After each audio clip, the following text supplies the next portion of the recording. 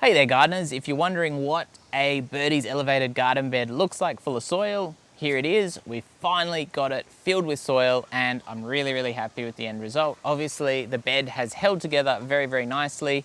It has a mixture of core soil, which is quite a composted soil, and vermiculite in here, a smaller amount of vermiculite, quite a bit of core, and then quite a lot of that soil with really good compost in it that I'm hoping is going to give us an amazing summer crop of vegetables. We probably should have had this going months ago really to make the most of spring. However, with the timing of the arrival of the bed and everything like that, it just didn't work out that way. But with all fresh soil in it and it nicely hydrated and a little bit of sugarcane mulch on top, I'm really looking forward to helping my wife kind of get this as a productive bed for her. But let's talk about what we filled the bed with. Now, we did go to a local nursery and we basically picked up a whole heap of seedlings. A lot of them were discounted. So we did pick up a whole heap of plants that were $1 and that were looking a little bit sad. But for us, saving the money, because seedlings at like $5 a pop can be quite expensive here in Australia. So while we did pay full price for some, the rest are discounted and we've planted out this bed pretty well. I'm pretty happy. And basically it's my wife's bed, so she got to choose kind of the layout and how things went in, even though we were a little bit constrained by what we could buy in the nursery. Let's start at this end with what we've got here. We do have a little empty corner over in this corner here, which we will be growing some radishes in because she really loves her radishes, which is something that I find a little strange because I'm not the biggest fan of the old radish, but that's okay. I'm just having a look here and something's been nibbling on the peas or the beans. Anyway, this corner here, we've got our dill. So we bought some discounted dill. It's looking all right. It's pretty warm at the moment, so there is the chance it will go to seed, but we'll risk it. We've also got our beans down the center here. Again, we just bought a punnet of, I think these are dwarf beans, and we thought we'd give them a go.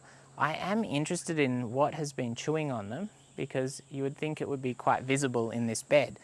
However, not much we can do about that.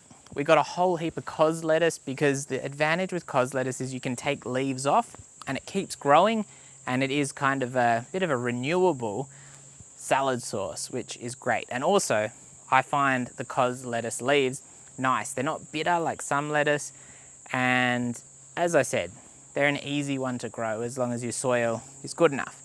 We've got a little bit of parsley here. We actually have a homegrown marigold that was grown from seed. It's got some buds on it, and that is obviously kind of like a pest attractor, so that is good. We've got more cos lettuce over here. Like I said, we've got a lot of cos lettuce. We've got some silver beet, which again was on the inexpensive side. Then we've got our parsley, the basil, which we split up into two little plants here. We also picked up some beetroot. Now, the recommendation normally is not to buy root vegetables in or as seedlings because they often don't like being transplanted, and that is, from my observations, quite true. But they were looking really sad in the nursery and they've perked up enormously just being over here. Then we've got a little bit more parsley again, a little bit more parsley again. So we've got multiple parsley plantings in this garden bed. We did, I think, buy 2 punnets of that and we've just split it up, so that's okay. And then again, we've got another marigold, and I'll move the camera down so you can see the other end of the bed. I am going to ask you to avoid looking at all the mess behind me because that's the IBC beds that are under construction, and I just don't have the energy at the moment to move them all out of the way just for a video because they're hopefully going in later this afternoon.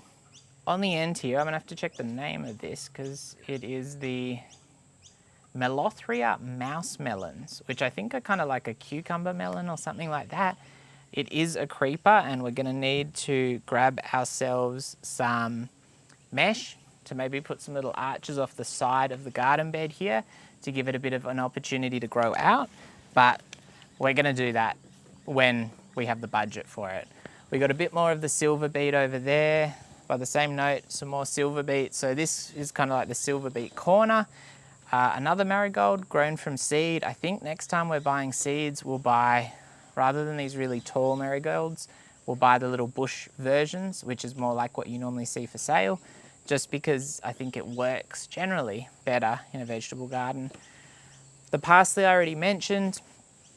We've got the basil back over there, and yeah, so that's it, which we didn't really follow the square foot kind of gardening approach at the end of the day.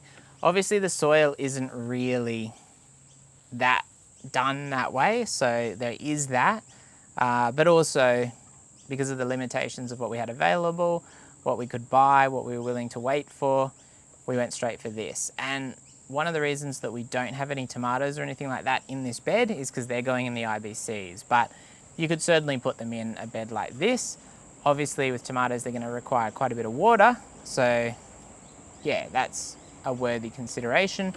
I will do an update as we go because this has only really been in for a week and a half, and I'm looking forward to hopefully getting a really good result with this garden bed.